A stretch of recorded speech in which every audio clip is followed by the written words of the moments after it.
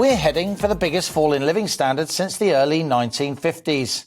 And Rishi Sunak's spring statement measures unveiled last Wednesday offset barely a third of that drop. So says the Office for Budget Responsibility, the official fiscal watchdog. And with the influential Institute for Fiscal Studies dubbing the Chancellor a fiscal illusionist for making claims that don't add up, some may say Dishy Rishi is no longer flavour of the month. Britain stands on the brink of an extended period of commercial and financial turmoil, as an economy already struggling to recover from lockdown is hit by successive waves of price rises, seriously impacting living standards. As such, politics is about to get a lot more serious. The Russia-Ukraine conflict and related East-West standoff is upending the UK economy. The importance of Russian commodity exports means the cost of living is surging across Britain as fuel and food prices rise. UK inflation was at a 30-year high before this war. Now, while economic growth stumps, prices are spiralling even higher. Broken global supply chains means recovering from lockdown was always going to be tough. But sanctions on Russia and Moscow's countermeasures have made that tougher still.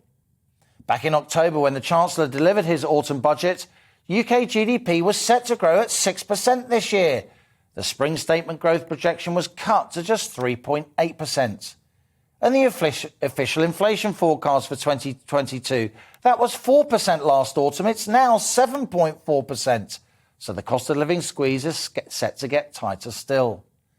Sunak stands accused by some of not doing enough in this spring statement to help poorer, more vulnerable households, particularly across those red wall seats in the North and Midlands, which the Tories won, often for the first time in 2019, which they need to hold to keep their Commons majority. Benefits are set to be uprated just 3.1%, much less than the 7.4% rate of inflation the spring statement confirmed. It also offered no additional help with households for their energy bills, even though the war in Ukraine is causing fuel prices to spiral. And Sunak's biggest in decades, 5 pence a litre fuel duty cut on petrol and diesel has in many cases not been fully passed on by retailers.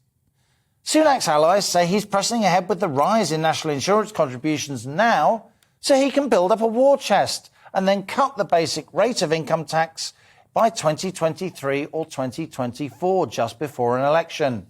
Others would say raising taxes just to lower them again in a year or two seems a bit too clever by half.